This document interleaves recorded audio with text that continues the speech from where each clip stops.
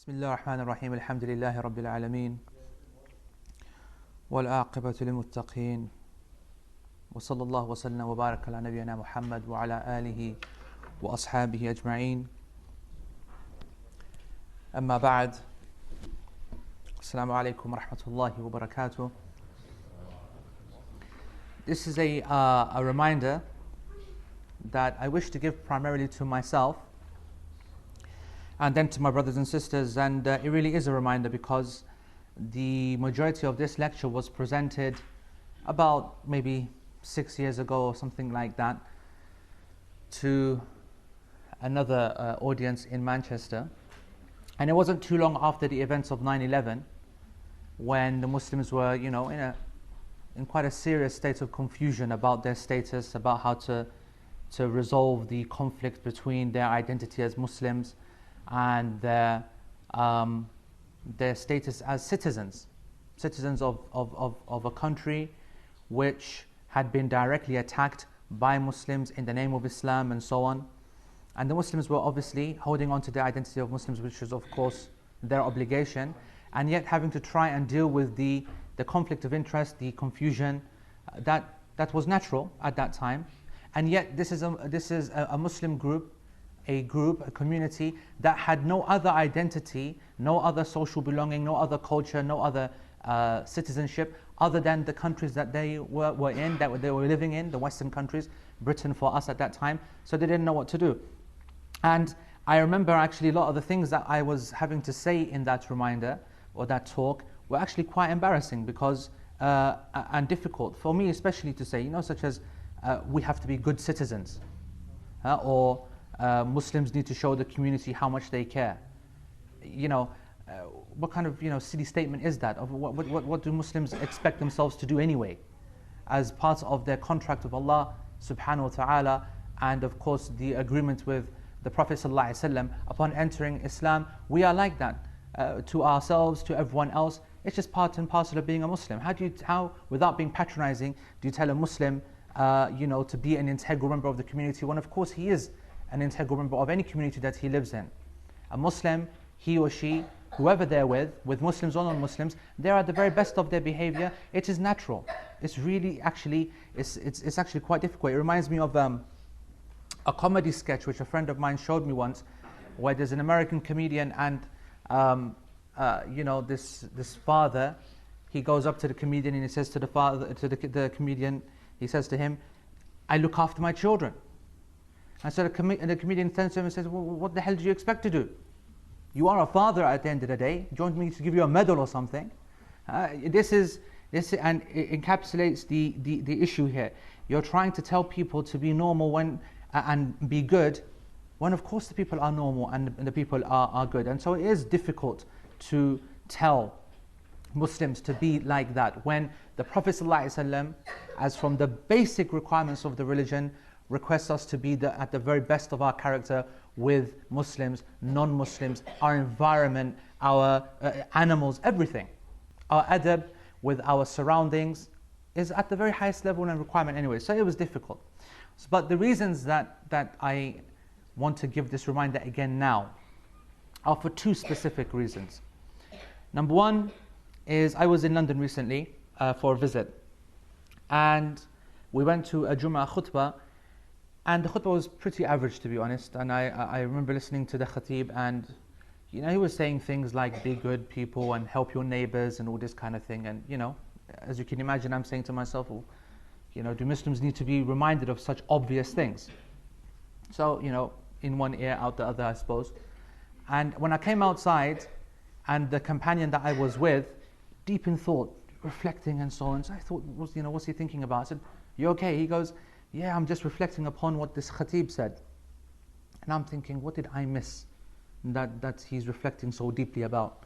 And he goes, "I've never heard this khatib say this.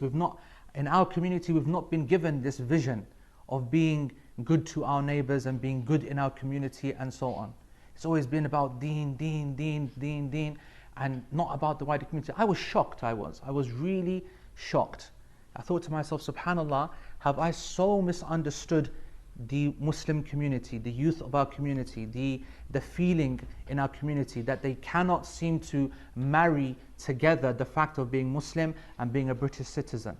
And it shook me up actually, and I said to myself, subhanAllah, I need to go back, I need to really readdress this issue with the public, because maybe I'm assuming too much. Maybe there are people who are in confusion, or maybe there is a level of extremism out there amongst some of our members that doesn't allow them to resolve in their mind how you can be one and be the other as well, be the good citizen and yet be a fully practicing Muslim. And the second reason that I give this little reminder now is that whilst people like myself have been living in these ivory towers, thinking that our communities are all okay and dealing with the problem, there are other people who are maybe not so well intentioned, brown sahibs as we used to call them, or as Malcolm X rahimahullah used to call them, house Negroes. Okay, these people are very busy. These are people who are closer to kufr than iman. They take, of course, the identity of Muslims, and they're very, very busy, very active, trying to hijack the direction of Orthodox Islam in this country. Very, very busy. And they want to try and dictate the identity that the Muslims should form for themselves whilst they're living in the Western countries. And as you can imagine, these secularists, with their newfound and well-supported foundations and forums and councils and whatever, they're very, very specific, very heavy on diluting the Islamic identity. They want to dilute Islamic religious practice. They want to try and get away with individual cultural expression in a multicultural society. A variety of aims and objectives, which if you're to go down, you think it's a horror story. It's amazing that people who call themselves Muslims would be trying to promote such an identity for Muslims living in a country that gives us so much right and freedom of expression to do and practice our religion, that we have so-called Muslims who are forming these think tanks or icon think tanks and trying to take this identity away from Orthodox Muslims and establish this falsehood that they're trying to do. And the problem, of course, and of course they call themselves progressives, right? I mean, at the end of the day, they're liberal, secularist, minded Muslims, and they call themselves progressives. Of course, they're regressives, and if this is progression, then we need the Stone Age, definitely. The Stone Age is definitely better for us, for our deen and our dunya. But this is what and the problem, of course, is that some of the things that they will say, some of the things that they will come across in their aims and objectives will, of course, agree with the Orthodox Islamic position. So, alhamdulillah, this talk or this presentation is not a movie, and so there's no big surprise at the end. So I'll tell you the ending right now, okay? So if you need to leave or something, then you can leave straight away. The future is for British Islam. The future is for the Muslims in this country. We do have hope in what we have to survive and to have a vision for the future. So that's the aim of the talk. So alhamdulillah, it's not a film. So I haven't surprised anything. But the point I'm trying to make is that this objective is one, of course, that these foundations will naturally support. All right? They want to try and create this new Western Islam, this kind of fairy tale where they have this identity, which in actual fact is the exact identity that those people who want Islam to be washed away want us to have. And naturally, they want us to remain in this country under the thumb, in the mold that they have created for us. So they would want us to believe that there is future for British Islam. And so here we marry together. And the problem is that when the Muslims, the Orthodox Muslims and the scholars of Ahl Sunnah, they are promoting such an Islam, okay, an Islam based upon fiqh, upon knowledge, upon aqidah, upon usul and good solid principles, and they come to the conclusion, yes, that we must be good in our community, yes, we must go and help these people, yes, we must be looking for our future in this country, then for some Muslims, in fact for many laymen and ignorant Muslims, it looks as if we, the orthodoxy, are supporting these deviants. It's as if we are supporting the aims and objectives of these foundations. And the reality is they couldn't be more wrong. We are more opposed to these people in our times than ever before. We want to warn our communities that these secularists, that these liberal people who call themselves Muslims are the biggest danger within our community at the moment. And we have nothing to do with them. Whether they want to agree with us or not, that's their prerogative. And this is very, very important. And this is not a rant. This is an advice and a reminder that what the government has done in its short-sightedness and in its ignorance has gone to those people, has gone to those people who were so unstable with respect to their religion, like leaves floating in the wind. So if the wind blows this way, then they go to this way, and if the wind blows this way, then they go to this way. They have no stability, they have no usul, they have no foundation. Before, there were a people who claimed to be an XYZ group, an XYZ movement, and they wanted to blow everyone up to kingdom come, and now these people want to hug and kiss everyone to kingdom come. They are people who have no standards, no stability. Why, when we didn't go to them then, should we go to them now? Who has made these people, with their lack of diyana, lack of religion, lack of knowledge, who has made them our advisors? Wallahi, it's like a comedy movie. It's like a Hollywood movie. You could not make it up. And if anyone has seen Mr. Bean on holiday, I think Mr. Bean on holiday.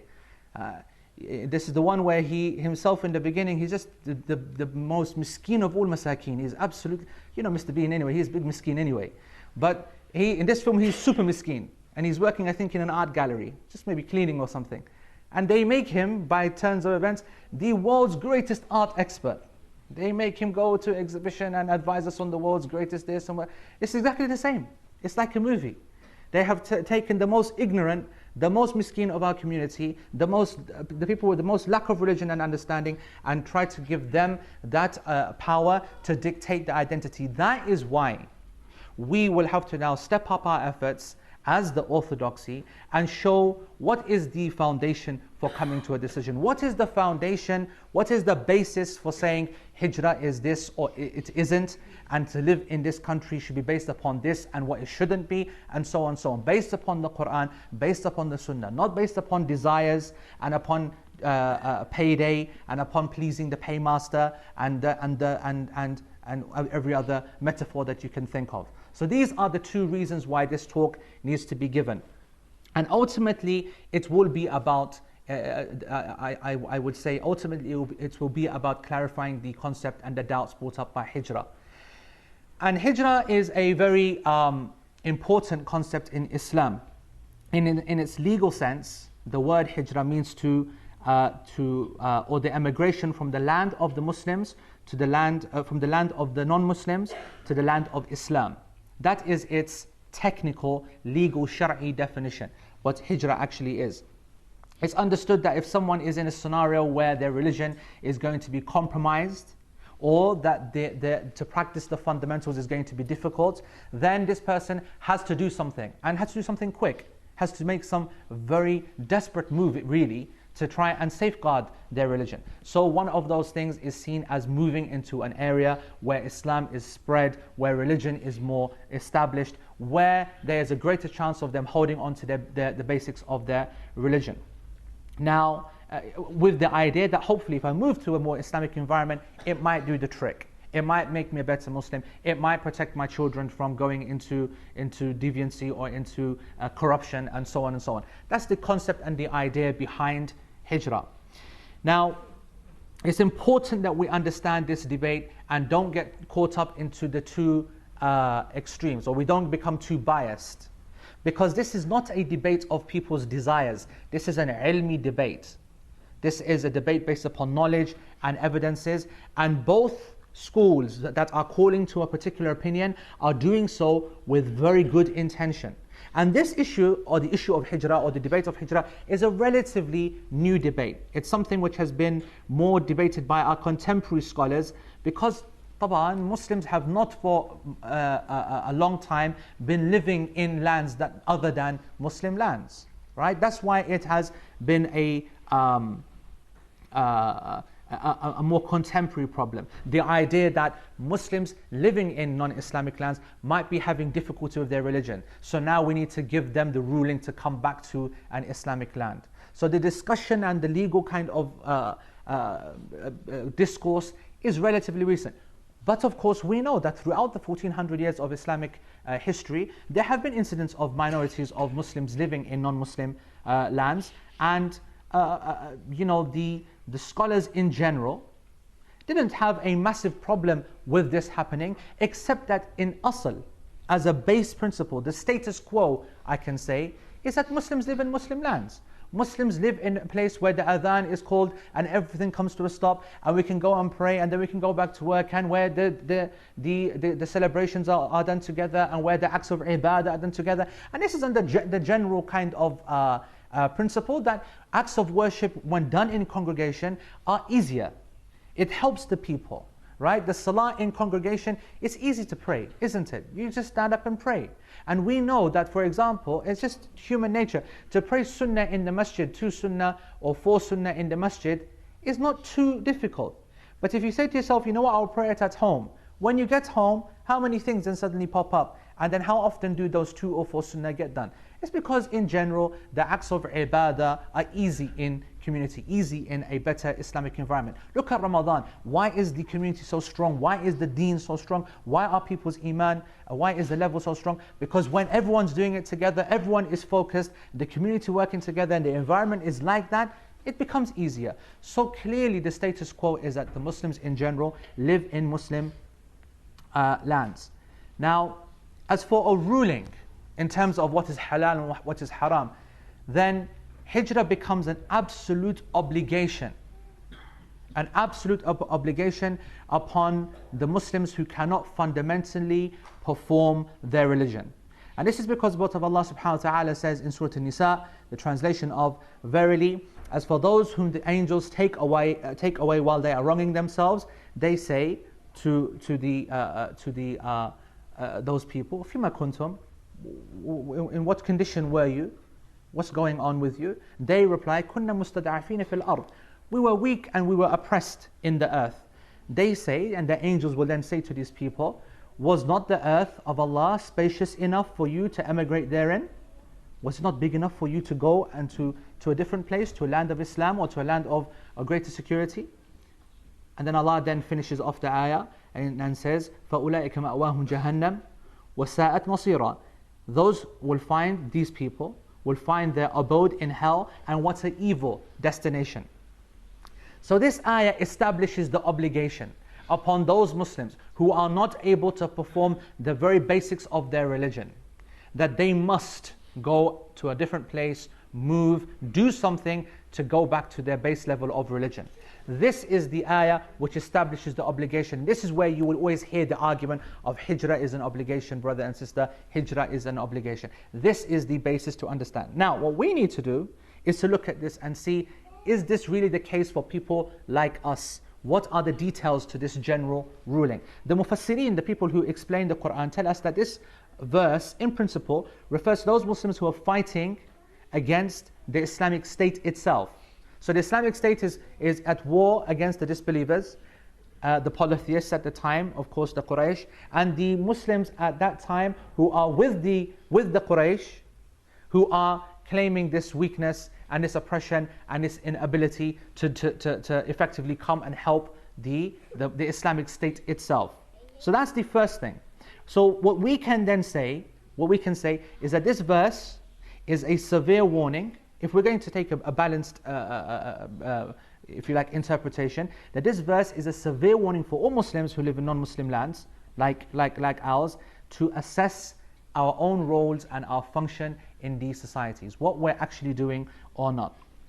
And the reality is that the inability to perform our religion in its basic sense leads to the absolute individual obligation that we have to leave that land, that place, and move to somewhere where we can. This is what we can take from this ayah, and we should all be happy with that. That's absolutely fine. But if you look at this ayah more closely, you do not see this ayah now obligates us going to Darul Islam, or a specific country, or a specific state, or the Khilafah, or something like that. No.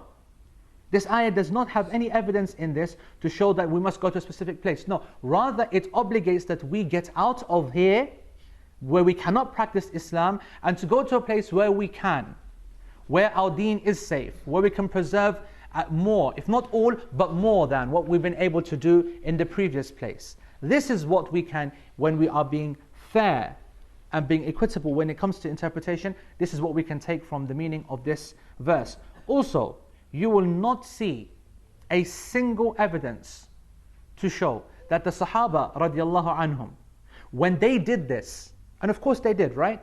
You remember when the Sahaba were in Mecca, and the situation for deen was very, very difficult. And some were able to be patient and others were not able to. And so they were given, if you take this ayah for example and apply it, what was the conclusion? Did they go to Medina? Medina wasn't even established at that time. Did they go to another Islamic state? There was no other Islamic state. So where did they go? They went to Abyssinia. Abyssinia was not an Islamic land. Abyssinia was a non-Muslim land. But rather, their going to that non-Muslim land was actually going to an environment that was allowing them to practice their religion, not 100% completely, but far better, far safer, far more stable than what they were able to do when they were in Mecca. So this is the understanding of the companions when it comes to this kind of ayah. Then we also see not a single evidence, as I said, from the Prophet ﷺ throughout the rest of Islam and its development, even in the presence of the Khilafah in Medina, Tul Munawwara, a statement or an order from the Prophet ﷺ telling these people who were in Abyssinia to come back to the Islamic state. We don't see it. There's not a single evidence anywhere. Which shows that as long as their level of Islam was at that level, minimum, that they were establishing their deen, that they were not doing the haram, then it was okay for them to remain in that place. Other than this, in the extreme situation, where a person would be maybe required to come back to a Muslim land, is when a khilafah and the Khalif, the Caliph himself, the leader of the Muslims, the Khilafah has been established, and the Caliph himself gives a direct order and says to the Muslim who is living in non-Muslim land, you must come back to this country, or you must leave that land and come back and help our I don't know, information sector, or our industry, or you must come and fight in the army. If there is a presence of an Islamic state, then the Caliph can give that hukm. And if the Muslim himself was to disobey this, then the scholars have discussed what would happen to such a person. Other than it being haram to not listen to such, other than it being haram to ignore such a command, it would mean that if this country was attacked, if this country, this non-Muslim country that this Muslim was staying in and refusing to leave to go to another Muslim country, if it was attacked, there would be no blood money that would be due. And according to some scholars, there would be only half the amount that would be due. And we will come back to this point in a minute as well, inshaAllah.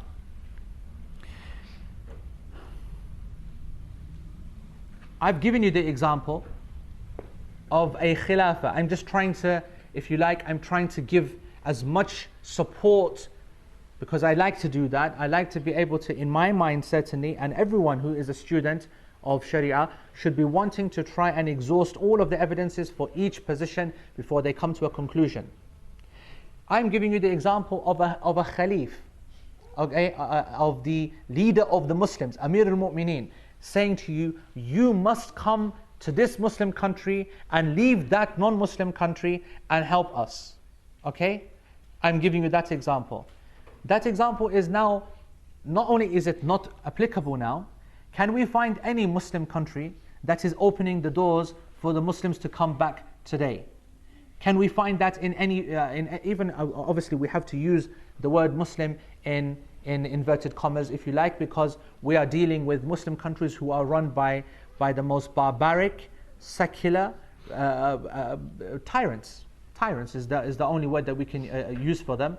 And our presence and our entering upon that country is in an utter state of fear. Forget about invitation, come, ahlan wa sahlan. You've got to be joking. You're going to go in there, we have to go and prepare. Some people have to shave off their entire beards. Other people have to bring their wives and children with them on purpose to show that it's a family visit. Other people have to do X and Y. People have to prepare themselves mentally for being held by 6 hours, being jailed by the people and so on. This is the welcome that is being offered to us by the Muslim countries. There is no welcome. This is not a reality. But that's just a practical point. It is not a legal an issue to make a legal point on. But let's be fair. If we're going to discuss Hijrah, let's discuss the reality. How many hundreds of millions of Muslims live in non-Muslim lands? Don't just think about the 2 odd million that are in this UK. Think about the 5 to 10 in Europe. Think of the 5 odd, 10 odd in America. Think of the 100 odd in India, and keep going around the world, and you'll find that we're talking 100 million plus, maybe much more than that, Muslims living in non-Muslim lands. Where are they going to go? Have anyone, I don't know if anyone has even tried to get a Saudi visa. Who is going to let all these people in? Saudi is not going to give you one Umrah visa. Forget about 100 iqamas for all the Muslims to go there and live in the mountains and the other lands. And what other land is there that we will find that Islam will be so practiced in such a beneficial way that will give us this hope for a better life in Islam? Again, I emphasize, this is not a legal point. When you're talking about legal discussion, we can't use this as a legal point, but it's a practical point. And it's a social point, and it's a point of reality that we have to understand when we're trying to get our heads around whether we should go or not. But as we said before, the Muslim recognizes that in principle, we do stay in the Muslim lands. That we do when we can. That's where we belong. But then again, to the other side, the most famous hadith which is mentioned to support this argument of that we have to leave the non-Muslim lands is the hadith of the Prophet ﷺ, in which he said that I am free, أنا بريء من كل مسلم يقيم بين أظهر المشركين. I am free from every Muslim who establishes and lives amongst the polytheists. This is what he said. And this is what you hear all the time, of course. When you hear the hadith, the Prophet, brother, you must make hijrah because the Prophet ﷺ said, I am free from every single Muslim who lives amongst the mushrikeen. Now, the problem is that actually there's 2 problems. The first problem is that this hadith is not authentic. And we have to do this in an academic fashion because our deen is based upon knowledge. This hadith is not authentic. If you look at the kibar muhaddithin, Imam Bukhari, for example, said it was weak. Imam al-Nasa'i and Abu Hatim al-Razi and Adar al-Qutni, and if you look in Kitab al-Ilal, you will see this hadith is a mursal narration where the companion is missing, and therefore the ruling upon it is that it is weak. So it cannot be used as evidence. But let's put this to the side. Let's assume for the sake of argument that the hadith is authentic. Let's look at the complete narration. Let's look at the narration from the beginning to the end and see the context of this hadith. And it's narrated by Jarir ibn Abdullah radiallahu an, and he said that the Prophet ﷺ sent a battalion, a military unit to go and attack a tribe that was called al-Khuz'an. And it was a non-Muslim tribe. And some of the people of that tribe, they tried to protect themselves, they went into sajda. Alright? Now, went into sajda is a metaphor for you, if you like, for saying we're Muslims. Okay? Don't kill us. I know this is a non-Muslim tribe, whatever, and you're attacking it for good reasons, but we're Muslims, don't attack us, don't kill us. And the tribe, the military unit, they went ahead and they killed them regardless, as part of the war. And that the Prophet ﷺ, when he heard about that, when the news got back to him, and he wasn't happy about that, but what he did is that he paid the families of those that had been killed half of the normal blood money, the diya. And then he said this statement: I am free from every Muslim يقيم بين أثر المشركين, who lives amongst the polytheists. The companions at the time, when they looked at him and they heard him say that, they said, Lima ya Rasulullah, why is that, O Messenger of Allah? And he said, you will not be able to, لا ترى نارهما, you will not be able to, because you cannot distinguish between their 2 fires. You cannot distinguish between their 2 fires, i.e., they are so close, they are so integrated, they are so living together that how are we able to differentiate between them? We've told them clearly that this is the Muslim land, this is the non-Muslim land, come here if you wish, but if you're going to stay there, then you have to establish your own identity. If you're living so close and taking the identity of the people around you, and we're attacking a unit, we cannot be held accountable for you completely. So therefore the Prophet ﷺ said, I am free from this situation. So this is the correct understanding of this narration, which is why in the books of fiqh, in the books of law, you will see when it comes in the chapter of jinayat and the chapter of diya, of crimes and of blood money, you will see this ruling that the Muslim is only given, the family of the Muslim who is killed in this scenario is only given half the diya. Where on earth does this ruling come from? So even if we were to accept the authenticity of this hadith, this is the correct understanding, even though the hadith is weak. What it means to us is that this is not an evidence that means that all the Muslims like us who are living in a country like this must leave. Rather, what does it mean? I'll tell you what it means. It means that, for example, in Afghanistan, if, because America attacked a sovereign country, Afghanistan, miskin, what did Afghanistan have to do with 9/11 or to do with attacks on America or anything like that? At best, it was the action of some people who planned the attacks from there, at best. So what right did America have attacking the country? Absolutely no right. And the country itself has a complete right to defend itself, and it has the complete right to go and attack America back. Absolutely. And it has the complete right to attack all countries that attacked it, or keep attacking it. That's war. What else is war? So, if a khilafah was established in Afghanistan, and the Amir al-Mu'mineen said, right, I will get back Britain for bombing us and killing our hundreds and thousands, whatever, and it decides to bomb this country, and we died as Muslims in this community, our families can only expect half the blood money. That is what the meaning of this hadith is. It has not made it haram upon us to be living here. It has not put us in a state of kufr in being here. Rather, it has put us in a state of maybe a little bit of shame that we are in such a situation. But from a technical point of view, half of the blood money will be paid to the families. This is how to understand this hadith in its correct sense. Anyway, let's not be naive about this. This argument is not simple. A lot of people, they try to kind of defend their presence in this country, and they say that how can you go to a country where the Muslims over there, they're so backward, they're so corrupt, and they charge extortionate taxes, and they take bribes, and they do this and they do that. This is not a legal argument. This is an emotional argument. This is not an argument for those people who want to say that we shouldn't make hijrah. Okay, those people who say, no, we have to stay here, there's no such thing as hijrah. That's what they say. I don't know if you've heard it, but they say, how can you go to Pakistan over there because of, or Nigeria, or one of the two. They're always fighting out at the top of the corruption stakes. Huh? They'll do this, they will do that. How can you go to the next country like that? There's no standards and quality and education, whatever. This is rubbish. This is not a good argument. I'm presenting these to you so that you have the full picture in your minds. This is not an argument, because anyone who knows the political system in this country will know that this is the most corrupt country.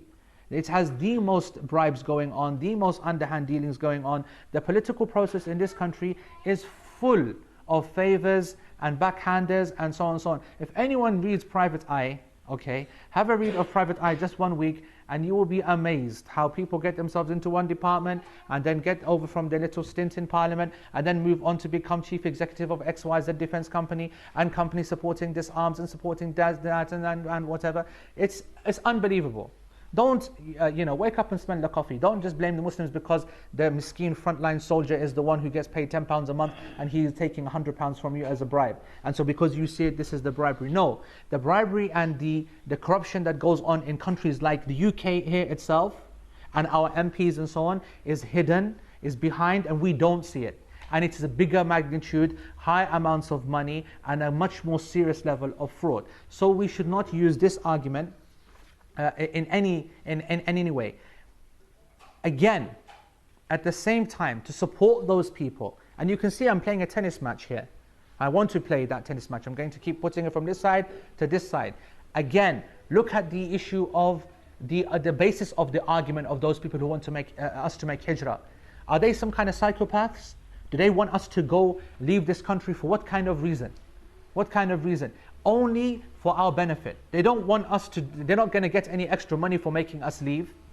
They're not going to get some kind of bonus for going to a Muslim country, but they want us to go because they have seen the destruction that it has caused our presence in non-Muslim lands, in non-Islamic communities and societies. They've seen the destruction it has caused to our youth. And has it not? Has it not? Look at this masjid, maybe 100, 200 people on a Saturday night, out of how many million Muslims, or rather if we just look at the 10, 20, 30,000 Muslims in just this locality, how many do you think are actually in the masjid praying or going to a talk or studying or whatever? How many thousands of them are getting drunk? How many thousands are committing zina? How many thousands are in the prison system? The number of Muslims in the prison system is many, many times the proportion of Muslims in this community. We are 1% of the, or 2% of the total in this of the population in this country, and we are in the 10s and 15s and God knows what of the prison population. We're a large number there. So don't think that this argument to go and make hijrah is something that's been just picked up out of the air. It's for a real concern, because it's clear that those people who have ignored the idea that Islam is very important, that practicing deen is very important, that Islamic environment comes first, those people who have totally ignored it and have decided to come and live here and not practice their Islam, and this is the key point here, not practice Islam, have suffered greatly. They have lost their children, they have lost their future. Some of them have possibly lost their akhirah. We deal with people who come and who have run off with boys and girls and who are non-Muslims and so on, and love is love. When you fall in love as a teenager or as youth, then they say love blinds. You can't think, you can't have rationale. Your heart becomes closed. We've seen people take the religion of the people who they run off with. Muslim women turning Christian, Muslim women turning atheist, renouncing their religion just because of the partner that they've met at school and college. This is not some kind of I'm not making this up and scaremongering. This is the reality. And that's why I tell you this, because what I really dislike, according to, as Orthodox Muslims, and this is very important, and of course as an Imam in this community, I specifically want to tell you, my community here, the standards that we should have as Muslims in debate and discourse. Never belittle those people who are trying to give you some kind of advice. However polarized their advice might be, however strange their arguments might be, never throw arguments away. Because Muslims have good intentions when they give you daleel and evidences, and you should look at them and think about it. And I told you that this is not a film. I've said to you what the future is. The future is for us to remain in this country. But the argument against us not living in this country is passionate, is strong, and it's real. We have to wake up and see that indeed, the reason why people want us to make hijrah, to go to another place, as they say it, they're not clear about the place, but they want us to go to another place, is because here we have not represented ourselves correctly, we have not preserved the principles of religion, and our children and our futures are suffering. They really are. But now back to the other side. Is the answer to this problem just to move to another country? Is the answer to this problem just to move to a different place? Is there such a thing as a holy place? Who gives us this idea that our Islam is dependent upon where we are? Islam is not location based. Islam has nothing to do with location. When Salman al-Farsi, he went to Iraq, and Ibn Taymiyyah narrates this in his Majmu' al-Fatawa, when he went to Iraq and Abu Darda, Abu Darda was of course from Mecca. When he went to Medina, the Prophet ﷺ made them brothers. When they were talking brothers, that he brought them into the house for support and so on and so on. They had nothing. And they became very, very close friends. But Salman al-Farsi, he was afqah, he was much more knowledgeable than Abu Darda. And that's a big statement to make, because Abu Darda is a giant himself. And Abu Darda is in Sham. And Sham, of course, is the blessed land. Okay, we know it is in general, it is what Allah subhanahu wa ta'ala has said in Surah Al-Isra. This land is the one that we have, وَبَارَكْنَا حَوْلَهُ. We have blessed this entire land, Sham, Palestine, Syria, Jordan, which we know of today. And so he was there, and he said to Salman in Iraq, and Iraq, with my dearest respects to Iraq, was a land of fitna at the time. All kinds of, I don't have any Iraqi friends here that I can smile at, but never mind. But there was some issues there with Iraq. And he said to Salman, he said, هَلُمَّ إِلَى الْأَرْضِ الْمُقَدَّسَةِ. Come to the Holy Land. Come to the lands which are, promised and given barakah by Allah subhanahu wa ta'ala, and so on. And the response of Salman was funny. He actually wrote back to him, and he said to him that Al-Ard la yuqaddis ahad. The land does not make anyone holy. إنما يقدس الرجل عمله. That's actually what makes a man holy. What makes a person sanctified is his actions. It's his actions. It's not where he is. Nothing intrinsic under the land that you are on, or where you are standing, or the environment. Actually, it's what people have inside. It's what people are believing. It's what what the standards they're sticking to. And this is a fabulous response.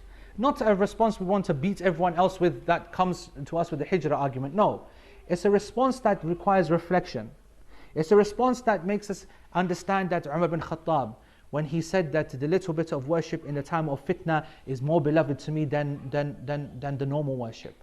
The ulama used to understand that there's a difference in the quality of worship. More difficult, more dangerous, yes, but a difference in the quality in difficult times. Abu Hurairah radiallahu anh, he said that it is better and more beloved to me that I spend a night fi ribat fi sabilillah, that I spend a night on guard in the path of Allah subhanahu wa ta'ala, than that I pray Laylatul Qadr at Al-Hajr Al-Aswad, at the black stone.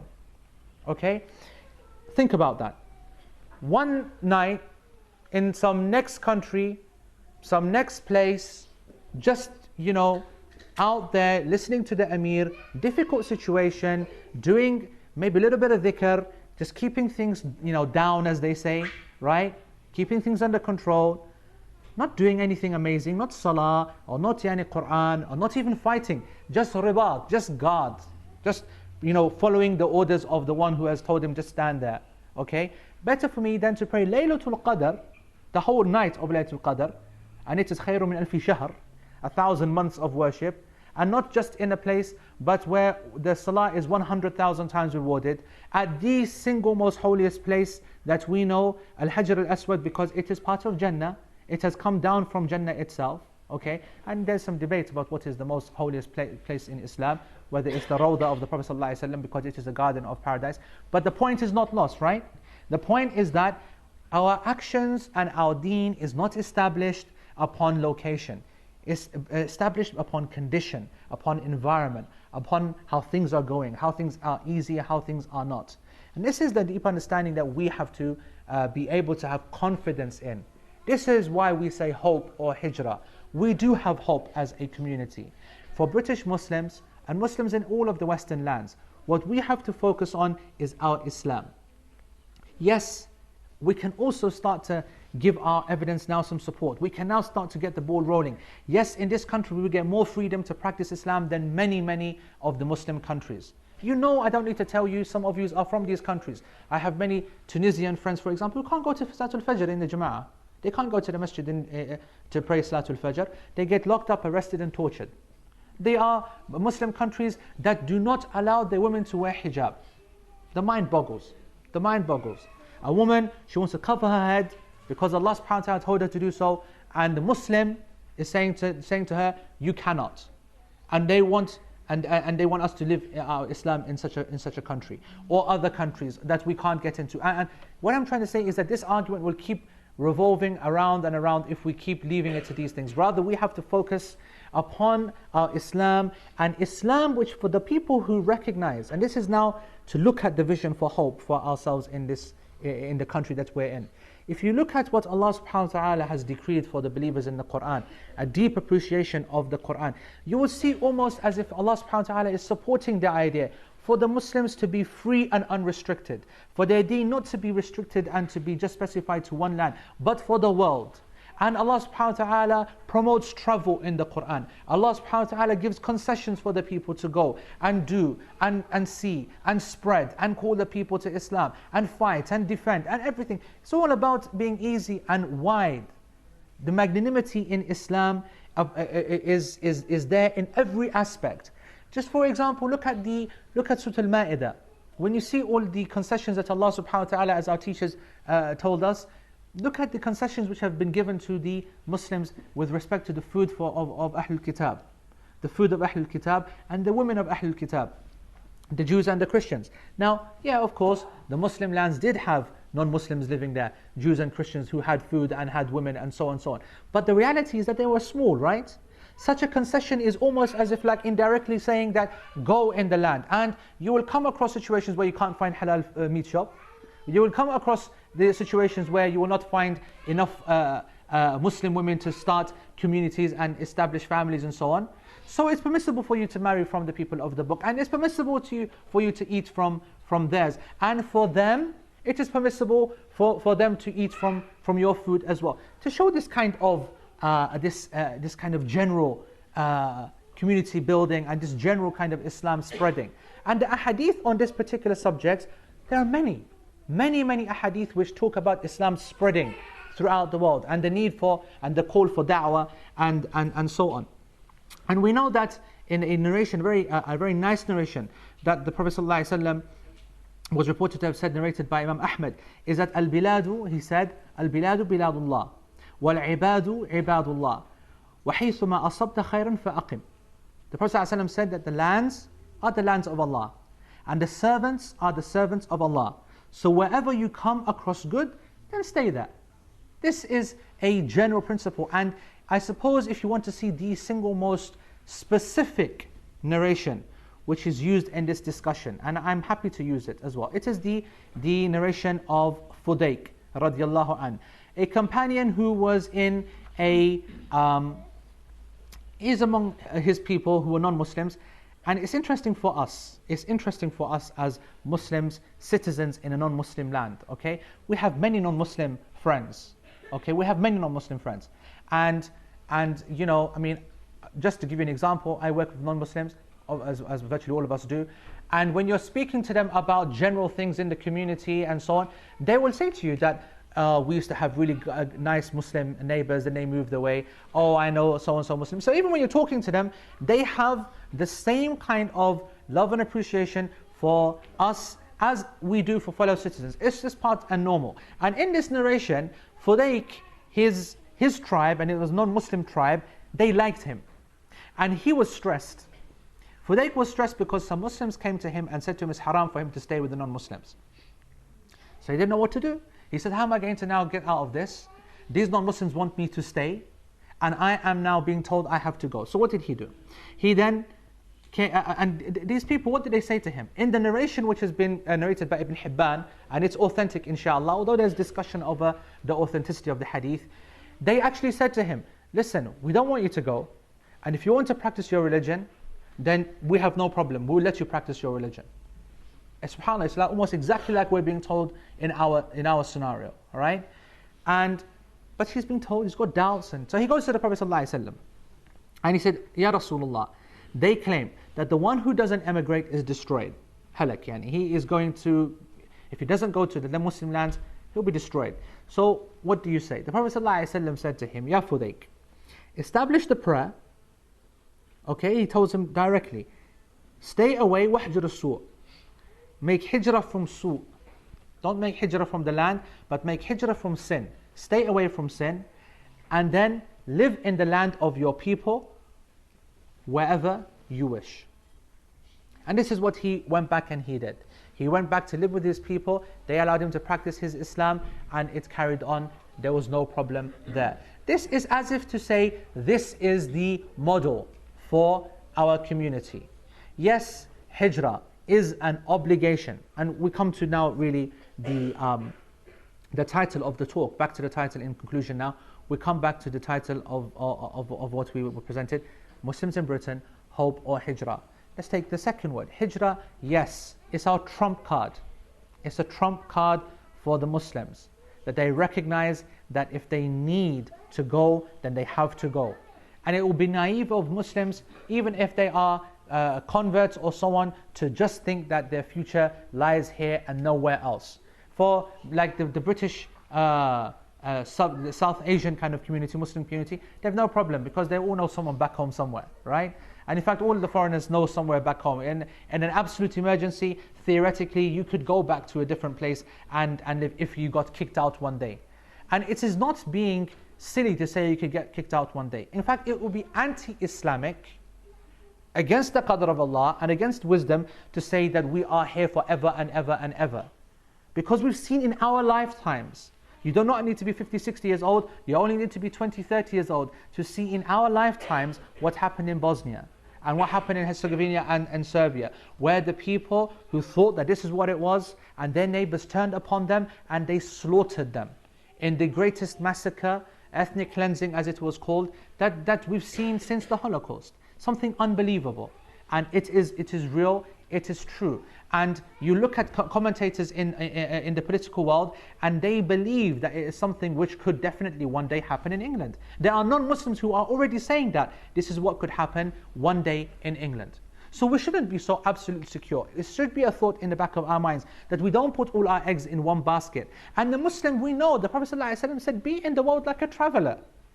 You're not someone who is, making these huge plans. This community knows that one of our most closest brothers passed away just last week. It has shooken up this community. We used to know him and practicing brother and with us all the time, doing the dawah and family, he has children and plans. And someone who knows him like I did, he said, I'm going to do this, I'm going to do that, and I'm going to be with the kids. Finished. Khalas. All over. Allah subhanahu wa ta'ala took him. That's it. فَقَضَى الْأَمْرِ. That's it. So the Muslim is not someone who makes 100% plans, because death is a certainty, circumstances change. So we know that if we need to, Hijrah will be an option, we will make it. But we do have hope, and we have the legal backing, and we have the Islamic permission to remain here as Muslims in Britain, in the West, living as good citizens. Not because of what these organizations and forums and councils made up of these secularists and liberal deviants and people who have no religion before, when they first had their first Islamic experience, and however they understood that and the route that they took, and now the route that they've taken. We have no trust in them as they were then, and we don't have any trust in them now. No, we do not want to follow their model of Islam. We are happy to develop our identity according to the Orthodox scholars and to deal with the issues that come, and there are many issues. Yes, we're happy to stay here, and we're going to progress. We're going to be beneficial to our community. We're going to be good Muslims. We're going to do that because this community needs us. We talk about British Islam. This community needs us. Our schools need us. Our PTAs need us. Our hospices need us. Our charities need us. Our communities and their functions, and our neighbors and our workmates, they need us. The atheists need us. We give them certainty in life. Judaism and Christianity, Muslims are their biggest hope. Judaism and Christianity is effectively destroyed in this country. Religiosity has collapsed. Secularism has absolutely become the most dominant force in the world today, nowhere more so than this country, which is a Christian country. Can you believe? You would never have guessed it. It's meant to be a Christian country. It has absolutely no link to Christianity whatsoever anymore. The Queen is just a token figure on this Christian country. Rather, it is the most secular and most irreligious country now. And it is going down the pan. And Muslims are the biggest and best hope for the individual religions of this country. We have a role to do, and our role is found in the Sunnah of the Messenger of Allah sallallahu alaihi wasallam. The Prophet ﷺ said that the best of you are those who are best to mankind and the most beneficial to mankind. In the authentic Sahih Hadith narrated by Imam Tabarani, the Prophet ﷺ said that the best of you are those who feed others. The Prophet ﷺ said the best of you are those, the best actions are those which are done continuously, وَإِن قَلْ, even if they are little. So don't be overwhelmed. Don't be upset that we don't convert the entire world, because we're not here to convert. We're here to preserve and protect our identity and be beneficial to the people around us. And I feel embarrassed saying that to Muslims, because it is patronizing. It is patronizing.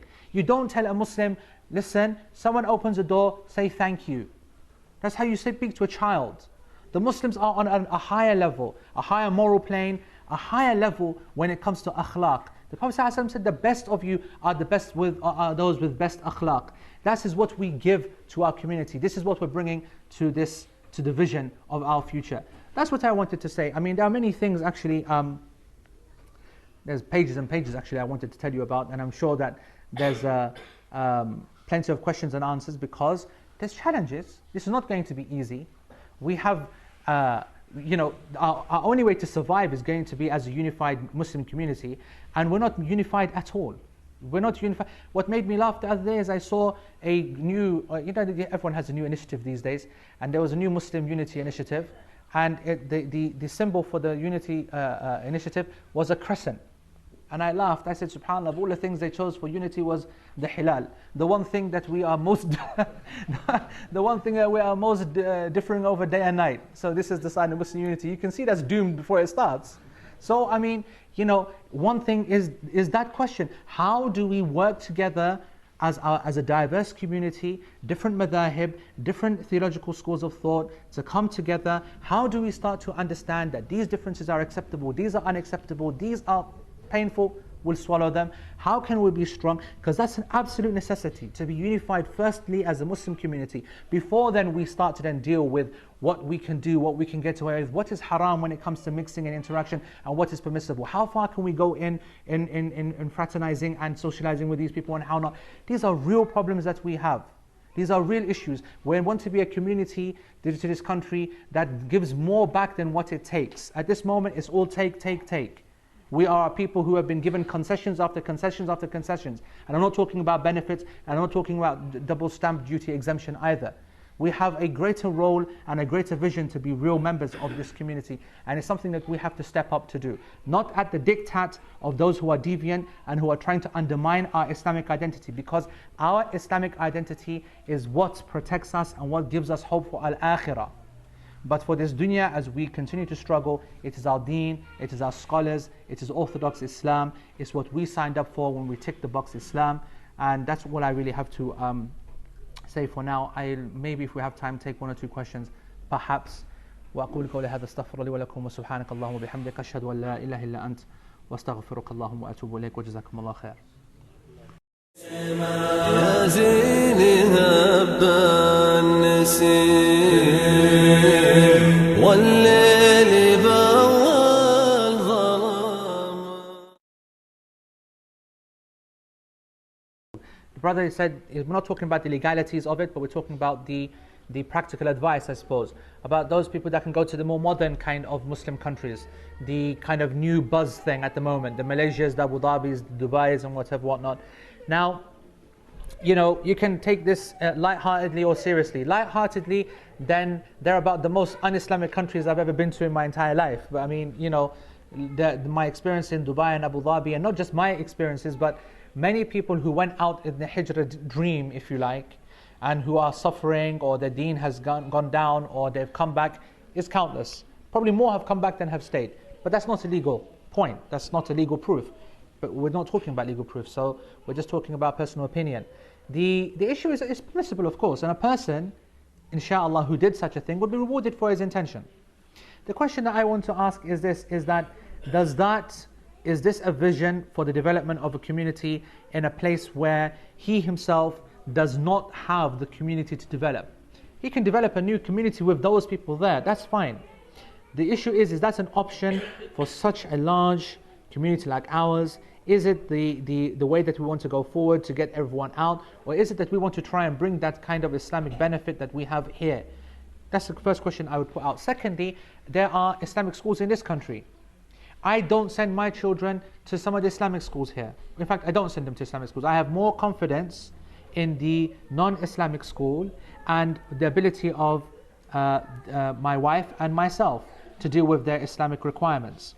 Now, maybe not everyone is in the position to do that, but I certainly know the reality that some of the Muslim schools are very, very good, and some of the Muslim schools are very, very bad.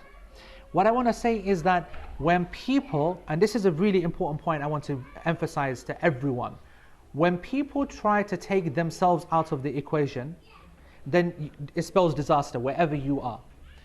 And what I mean by that is that the two parents have got to themselves individually exhaust every single effort to deal with the problem themselves.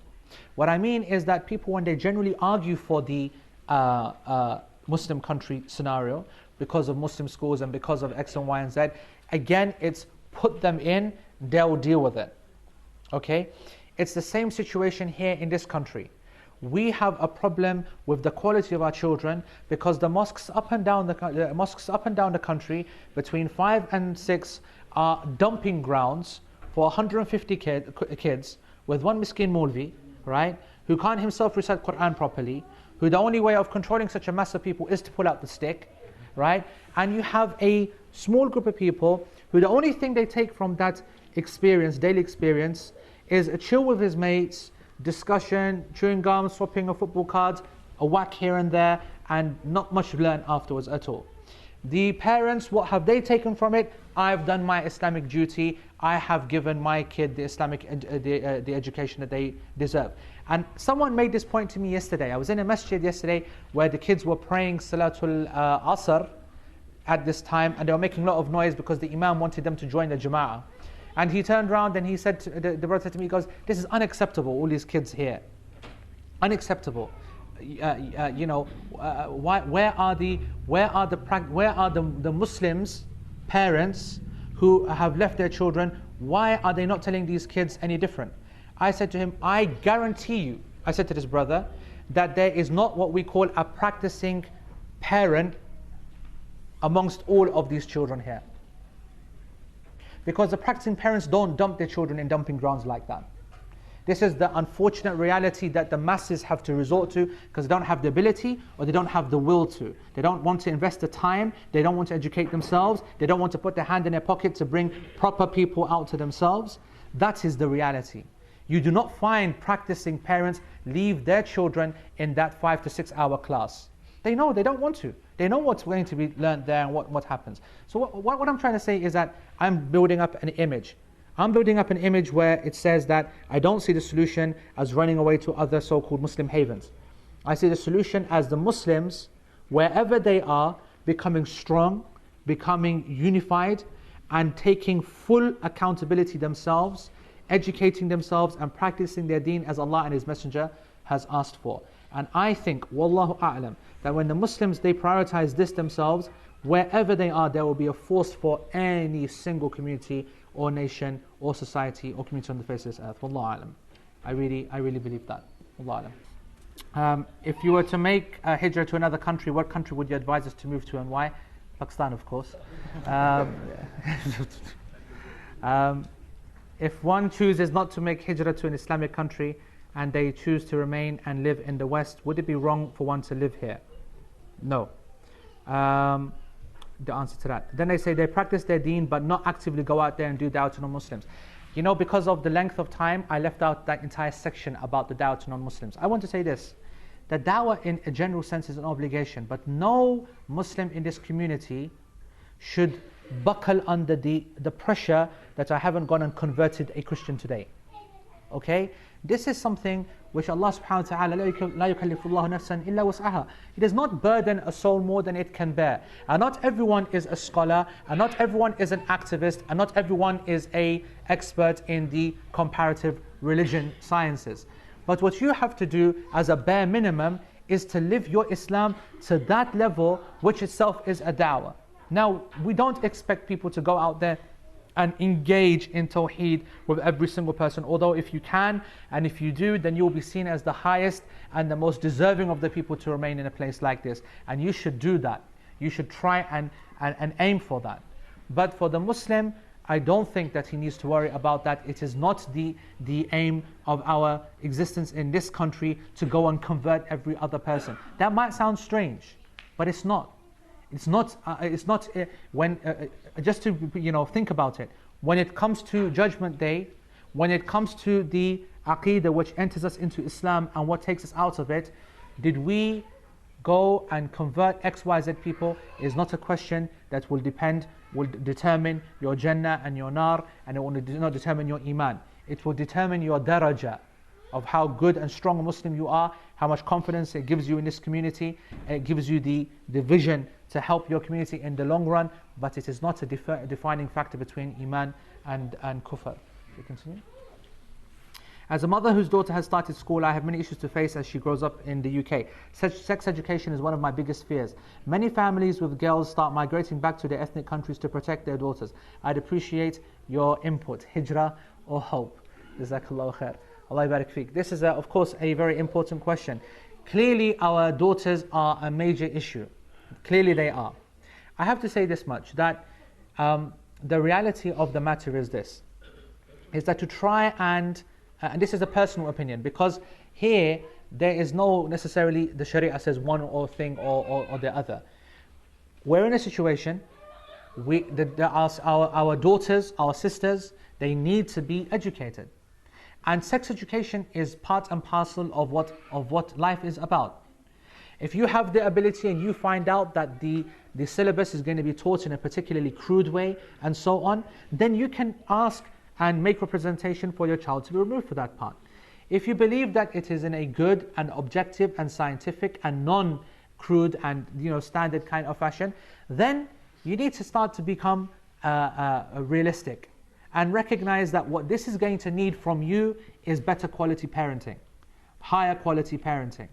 Any Muslim parent I want to put forward, whether that child goes to a Muslim school or non-Muslim school, who does not speak to his child when he or she comes back from school that day, and go through everything that they learned that day, and ask them, what was your lessons about, how were they, what did you learn, how did you feel about that, what do you think of what was said? I don't think he's being a responsible Muslim parent. I think he will be questioned. I think he'll be in big trouble. And I will tell you something else, that if you want your child to become strong, and if you really want to develop this future for Islam in this country, then don't think that you're going to produce some kind of cocoon that's going to be someone who has not been exposed to society.